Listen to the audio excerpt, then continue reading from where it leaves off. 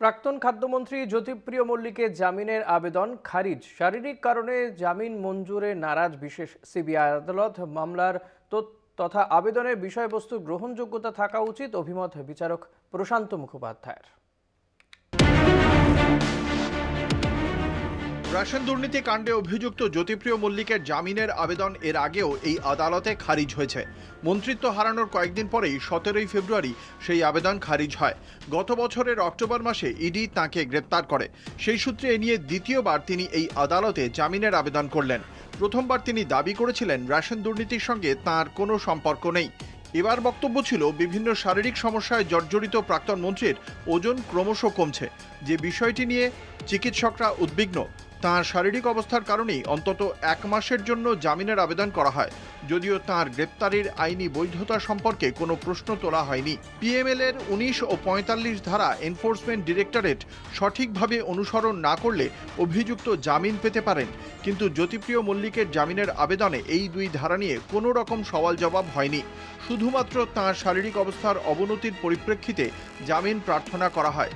PML আইনের 19-এর 1 ধারায় পরিষ্কারভাবে উল্লেখ রয়েছে, তদন্তকারী সংস্থা পিএমএল আইনে কোনো অভিযুক্তকে গ্রেপ্তার করতে হলে তার বিরুদ্ধে উপযুক্ত নথি এবং প্রমাণ জোগাড় করতে হবে।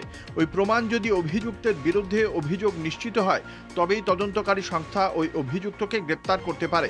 কিন্তু তদন্তকারী সংস্থা যদি উপযুক্ত নথি এবং প্রমাণ ছাড়া অভিযুক্তকে গ্রেপ্তার করে এবং অভিযুক্তের পক্ষ থেকে বিষয়টি যদি আদালতকে সন্তুষ্ট করা হয়, সেক্ষেত্রে অভিযুক্ত জামিন পেতে বাধ্য।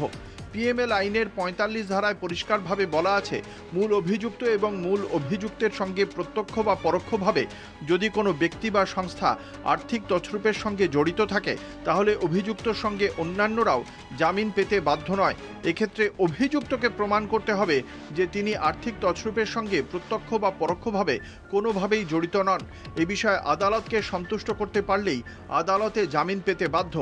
এই প্রেক্ষাপটে ইডির আইনজীবী ভাস্কর বন্দ্যোপাধ্যায় বলেন, জ্যোতিপ্রিয় মল্লিকের চিকিৎসার বিষয়ে জেল কর্তৃপক্ষ বিশেষভাবে নজর দিচ্ছে। প্রয়োজনে তাঁকে এসএসকেএম হাসপাতালেও চিকিৎসা করা হয়েছে, তাই এই কারণে তাঁর জামিনের আবেদন গ্রহণযোগ্য নয়। 18 মে আবেদনের শুনানি শেষ হয়। এই দিন রায় ঘোষিত হলো।